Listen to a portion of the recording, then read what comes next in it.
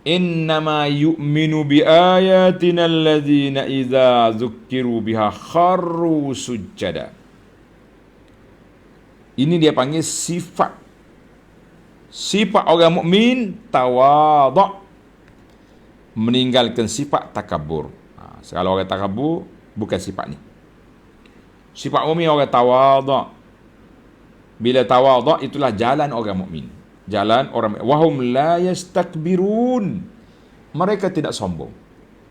Sombong ni bukan sini dengan orang je. Sombong dengan apa ni? Dengan maklumat ada juga. Orang bagi tahu dia, tuan, ini hadis, ini Quran yang sahih. Apa punya orang ni? Literalis punya orang ni. Tafsir Quran, baca Quran ikut zahir saja. Baca Quran ikut yang zahir. Al-Quran itu Allah SWT yang turunkan kepada kita. Nabi telah tafsirkan Quran ini. Para sahabat juga telah selesaikan tafsir. Tiba-tiba bila kita pegang tafsir yang ditafsir oleh sahabat, oleh Nabi, jadi tak betul kita ni. Tak. Jangan sombong dengan ayat Allah. Yang kedua, ayat yang sama, cuma sudut lain pula. Sudut lainnya, ayat ini menunjukkan tanda syawahidul iman. Iman itu perlu pada bukti.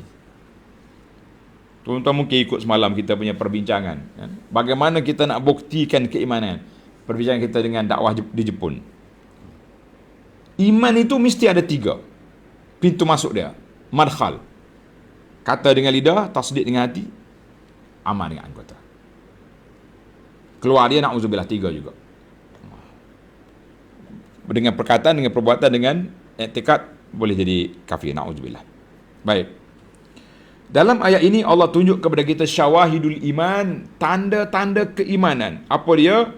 Alladzina idza dzukkiru, bila diperingatkan mereka dengan ayat-ayat Allah, diberi nasihat, diberi peringatan, terus mereka rebah sujud kepada Allah Azza wa Jalla. Maknanya para jemaah sekalian, tanda kita beriman itu dengan hati. Orang tak nampak, anggota yang menserlahkan tanda keimanan. Saya iman mantap, iman saya mantap. Habis maya ke tak? Tak. Hei, mantap kot. Mantap macam mana? Mantap. Solat pun tidak. Saya ni alhamdulillah seorang muslimah sejati. Aurat tak tutup. Ini biasa je. Iman di sini kita kata no. Iman di sini dia terserlah kepada anggota. Ramai orang cakap macam tu, saya ni tak tutup aurat pun hati baik. Mana aku tahu hati? Hati dalam yang kita nampak yang zahir. Kita ni boleh hukum yang zahir, yang batin itu Allah yang yatawalla sarair. Jadi tuan-tuan dan puan-puan, buktikan tanda kita beriman dengan kita mematuhi syariat. Yang ketiga, innama yu'minu bi ayatina idza dzukiru. Kata di ulama, istidlal bil qara'in wal ahwal. Ayat ini ulama usul mengambil istimbak bahawa boleh kita buat dalil dengan evidence, dengan qarinah, dengan tanda-tanda bukti menunjukkan satu benda. Mana ini untuk qadi lah. Tuan qadi nak tahu orang ni curi ke tak mencuri, nak tahu dia ni pukul orang ke tidak, kita tengok melalui evidence, melalui qarinah, diterima. Kita hari ni pun, bagaimana kita nak tahu orang ni beriman ke tidak? Kita tengok melalui qarinah, melalui evidence. Tengok dia tu baik, solat, zakat, puasa, cakap dengan orang baik contohnya, maka kita kata insya-Allah dia orang baik melalui tanda-tanda. Yang keempat, ayat yang sama lagi, innama yu'minu ayatul lazi. Ini menunjukkan kepada alamat, inna min alamatil mu'min, di antara tanda orang itu beriman, inqiyaduhu lil mawa'iz. Bila dia dengar nasihat, terus ikut nasihat yang baik. Kita bimbang hari ni dengan nasihat tak jadi. Tak jadi dengan nasihat. Apa ustaz cakap? Biasa je tu, aku dengar lama dah benda ni. Tak ikut. Lah. Tanda orang beriman, min alamatil mu'min, tunduk dan akur kepada nasihat yang disampaikan. Lebih-lebih lagi nasihat daripada Quran, nasihat daripada hadis Nabi sallallahu alaihi wasallam, maka dia akur.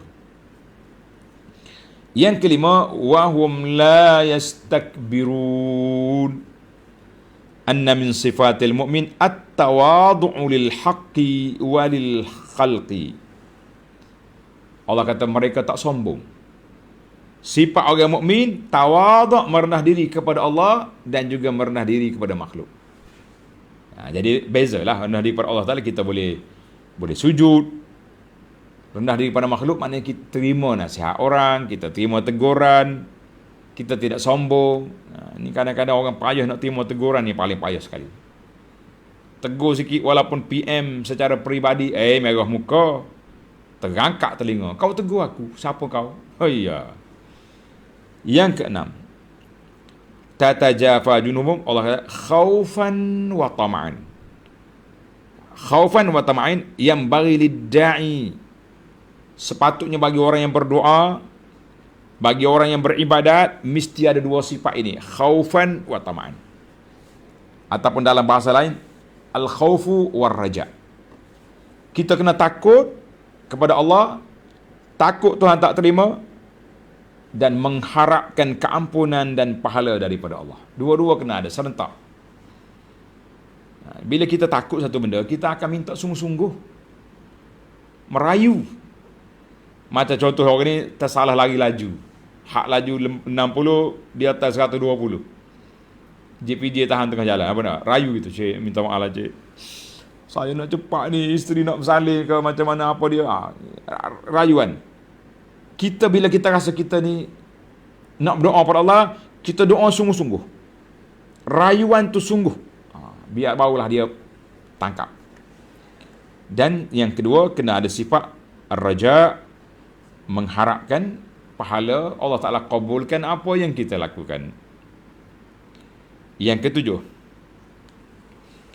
ketujuh, dalam ayat ini Allah sebut dua perkara: tinggal tempat tidur dan sedekah. Kenapa dia kembar dua ni? Kenapa Tuhan kembar di antara bangun tahajud dengan sedekah? Leish. Kadang ulama mengatakan, bila kita beribadat, kurang waktu untuk mencari dunia. Kenapa tutup kedai pukul 6.30 tu? Pukul 7 kan dah maghrib.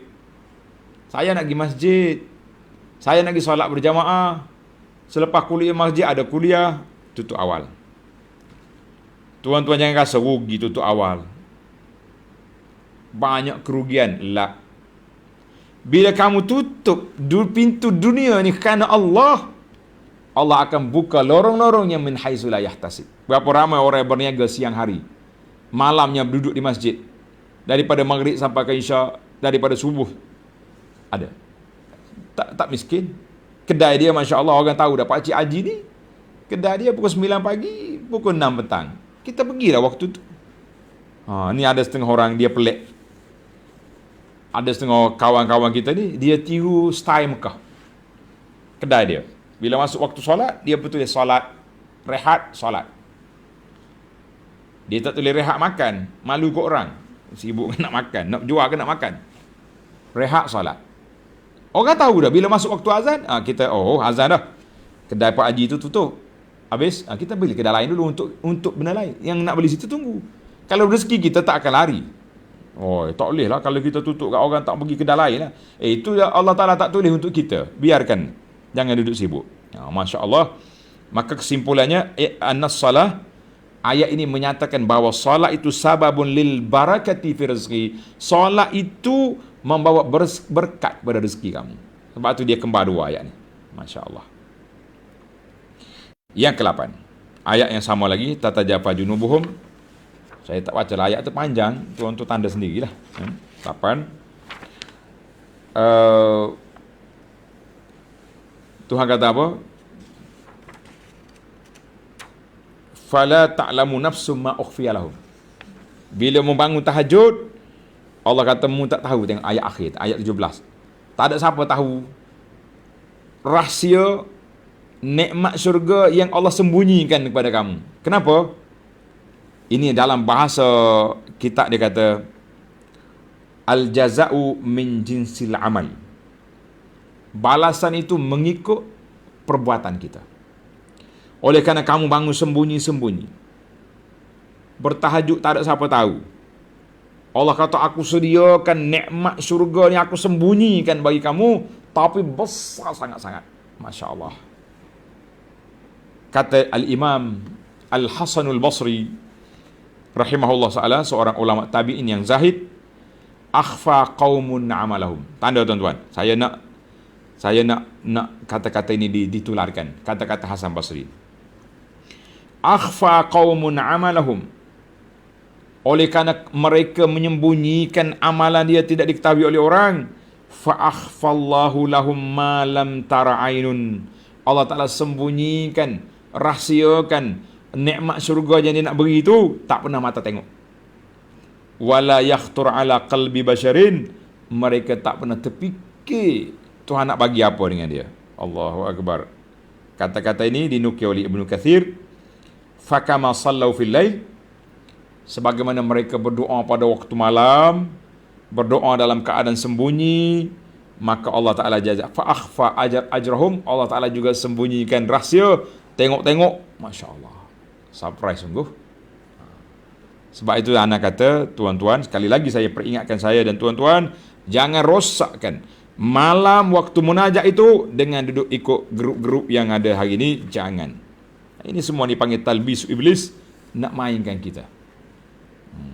Oi, kenapa pula di bulan Ramadan tu boleh je kita munajat akhir malam? Itu musim khas. Musim khas. Baik, yang ke-19. Ya, maaf, yang ke-9. Innama yu'minu bi ayatina alladhina idza dzukkiru yakharru sujada. Kata dia ulama, dalam ayat ini menjadi dilalatun ala anna sujud minal iman.